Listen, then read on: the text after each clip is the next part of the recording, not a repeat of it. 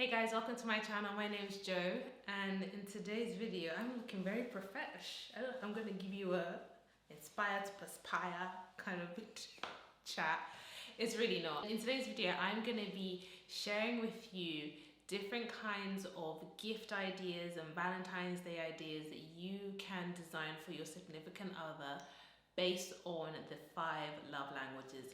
Everyone has at least one love language. I'm going to explain what they are and just give you some ideas of how you can tailor your Valentine's idea so it's not just an off-the-shelf, bog standard Valentine's Day that you've been doing for the past however many years, and actually make it meaningful and basically spice up your love life. So if you like this video, don't forget to hit the like button, subscribe to my channel. I'm trying to grow.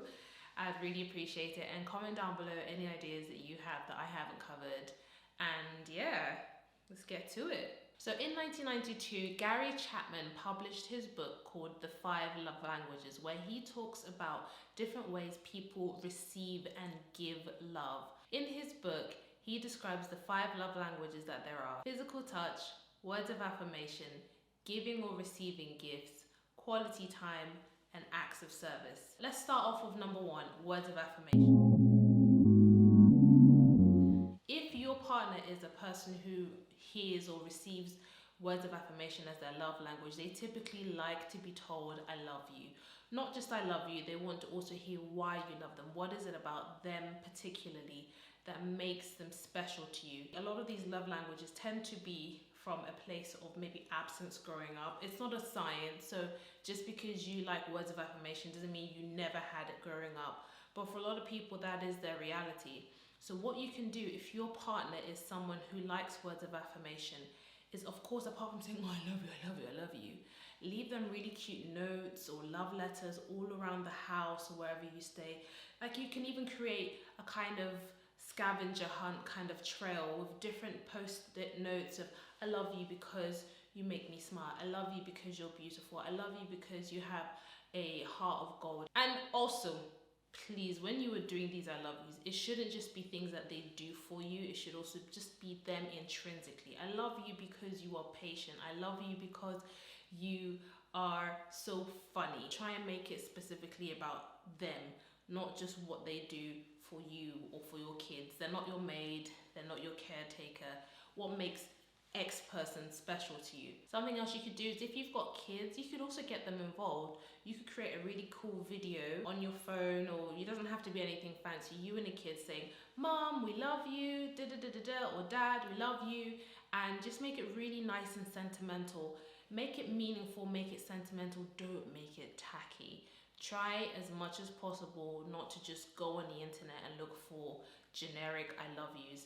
Think about what makes you attracted to your partner and say it. And don't just say it on the day. You can do it leading up to the day. Really, it should be done every day of the year, every year of your relationship.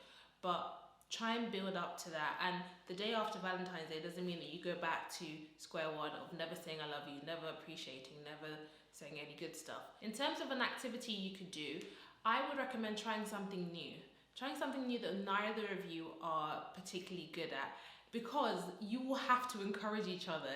If you're both trying ice skating for the first time, you know, you keep saying, oh my God, you're amazing, you're doing great, oh my gosh, you're doing it, you're doing it. And it's just a natural way of affirming the other person without really putting too much thought around it.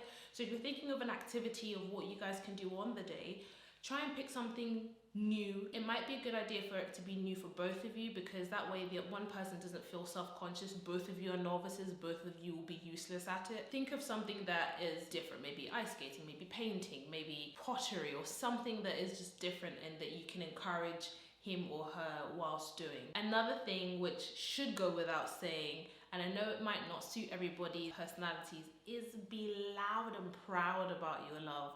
Even if you are anti-social media, anti-PDA, use this as an opportunity to really shout from the rooftops about how much you love your partner. Put it on social media, do a little collage, do a reel, do something goofy that just lets them know that actually, do you know what? I know in a million years you would never want to do this, but you've done this for me because you know it means something to me, and that makes it all the more special. So even if it's just that one day that you open your Instagram open it and carry a microphone and tell everybody, I love this man, I love this woman. Do that and they will just be spitting. Next is gifts. It's really easy for you to think that, oh, this is going to be, a cop out. Oh yeah, I could just get her anything, or I could just buy him anything. If you're going to buy the person flowers, don't just pick up flowers at the petrol station. Pick up their favorite flower. Find out what it is. They might not like roses. I know it's like a stereotype and everybody gets roses on Valentine's Day. If his or her favorite bouquet is lilies, get lilies. And it shows that you're thinking about the person. Giving gifts doesn't also have to cost heaven and earth. Actually, what would be more meaningful is giving a personalized gift. So if the person likes perfumes, go on a perfume making experience. Create a custom perfume for your loved one. If your person likes, jewelry, for instance, try and get something that's engraved with their name or their date of birth, or something that's really, really meaningful, because no one else is ever going to have that. And that makes the gift a lot more meaningful than, going in and buying a bracelet off the shelf. Yes, it will be expensive. Yes, it could be Louis Vuitton or De Beers or whatever. And yeah, they might be giddy about all of that. But if you do that every time in your relationship, it's just, oh, here's Tiffany's. Oh, here's this, here's that. The novelty will eventually wear off. I know that, initially it's like, oh my God, I got lubes. Oh my God, I got this, I got that. But so is every other girl. But you are the only person with this perfume that we have designed, and all the notes mean different things to you, and I've made this out of the goodness and the abundance of my heart. Or I've bought you, yes, it could be De Beers, but this is the one of a kind, and it's got your name, and it's got your birthstone, and it's got this and that. It doesn't have to cost heaven and earth. I know I'm using quite expensive gifts, but even if it's just small generic things, like if you're going to get them a piece of clothing or something, you get their initials customized into the sleeve or the neck or whatever, and just make sure that it's something meaningful, because giving gifts is not a cop-out. It's not just, oh, I like gifts, so you just buy me anything. Make sure that it's meaningful for the person that's receiving it. Put thought into it. An example of a meaningful gift could be, a photo shoot. Get a photographer, book a studio, both of you go in, take your pictures, get it into a really nice, beautiful photo book. You can also have digital copies as well, and that's something that they'll keep for years and years and years. Or if you know that they are, trying to accomplish something. For example, with me in YouTube, once my husband got me, in fact more than once, on more than one occasion, my husband has bought me camera gear, shooting gear, not necessarily for Valentine's Day, but when he did buy it, I was really, really, really overwhelmed, and I thought, oh my God, this is so sweet. Thank you, because you see that I'm trying to get this off the ground, and you've thought of me, you've bought me a meaningful gift. So those are some ideas of meaningful gifts that you can buy your partner. The next love language I want to talk to you about is quality time. This means having uninterrupted, devoted, ring-fenced, special time with your significant other.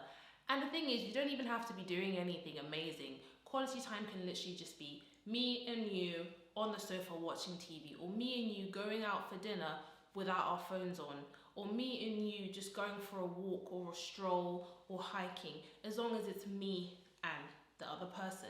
Now, that doesn't mean it's a cop-out. Don't just be like, oh, okay, that's easy.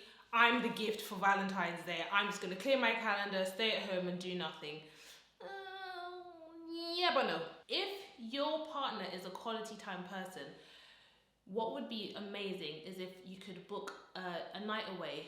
Book a spa day, both of you go off to a nice hotel, spend the night, have quality time together, book a road trip where you can be in the car, don't just all the way up to wherever you're going. Stay awake, talk to them, ask questions about what's going on in their life. If your partner enjoys quality time and you have children, book a babysitter, take the kids off to the grandparents, or find someone to look after the children and give you guys a night off where you can just spend time. If you're someone that's really busy, it's gonna have to be phone off, calendar off, emails off, and just be devoted to listening, talking to, loving on your significant other. It will really mean the world to them. The important factor here is to have uninterrupted quality time together. It doesn't necessarily matter what you're doing. You could go rock climbing, you could go hiking, you could go ice skating, you could just Netflix and chill. But what will really matter to your significant other is that you have devoted and you have ring-fenced this time specifically for them, and that will really, really go a long way. Now we're going to talk about one of my favorites. Acts of service is my love language. And so I'm going to speak from the heart on this. For me, it just means your significant other coming up and saying, I've got this. Don't worry, I've got this covered. Ooh! Can I get an amen? When someone, or when my husband, because I mean we're married now, but when he says, oh, don't worry, I've sorted it out, just show up. Just, you know what, wear this, and forget about the rest of the day, I've got it covered. Ooh! It is music to my ears. When you're someone who receives acts of service as your love language, you're typically used to being responsible for others. You're the planner, you're the reliable one, you're the person that they call to fix stuff. And so it's nice from time to time to just not have that burden, to just be selfish and just put yourself first, last, period. If your partner's love language is acts of service, for Valentine's Day, your whole motive should just be, don't worry, I've got it covered. Don't worry, I've booked us dinner. Don't worry, I've made the reservation at the hotel. Don't worry, I've looked after the kids. Don't worry, I've cleaned the house. Don't worry, I picked up the dry cleaning. Don't worry, I've taken the dog on a walk. Don't you worry, it's Valentine's Day, and I'm going to show you how much I love you by allowing you to just put your feet up and do nothing. Use this time to go and get your nails done. Use this time to go get your hair done. Use this time to, you know, read that book or listen to that podcast or go to the spa, unwind. That will honestly just make their hearts melt, because they are so used to being everybody's rock and everybody's, you know, 911 or 999 caller, that it's just nice to just be selfish once in a while. Now the last love language I'm going to talk to you about is physical touch. Physical touch.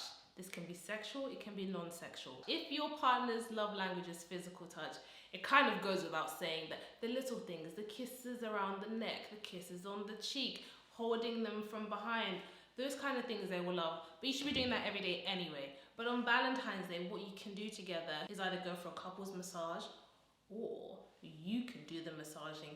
Get some really cute, nice massage oils from good brands. Make sure it's nothing they're going to be allergic to. Give your partner a nice massage. Get yourself some nice clothes. Get your hair done. Shape up. Clean your beard. Do look good. Look good for your partner. Make them want to touch you. Make your appearance count for something. Go out on a nice dinner, or actually you could get a chef to come into the house so it could be nice and private. You guys can snuggle up on the sofa, Netflix and chill if you want to, or you can book a night away. I keep saying this, I think it's really nice if you can go away for Valentine's Day. It might be a bit more pricey, so you might want to shift it to the weekend, but make sure on the day you do something significant. If your partner's love language is physical touch, it doesn't always have to be leading to sex. It can just be, ooh, you look good today, peck on the cheek. Ooh, you smell nice, peck on the neck. Ooh, I like your hair. Run your hands through the hair. It's nice. There's nobody ever, even animals, when you rub their head, it's nice. It's a nice feeling. When you're in the salon and they're giving you a nice head rub while they wash your hair, you like it. So why wouldn't you like it from your partner? And you can try something new in the bedroom that they like too. Okay, both of you have to be on the same page. So those are my Valentine's Day ideas based on the 5 different love languages that exist. I hope this has been helpful. If there's anything that you would like to recommend, comment down below. Let's get talking.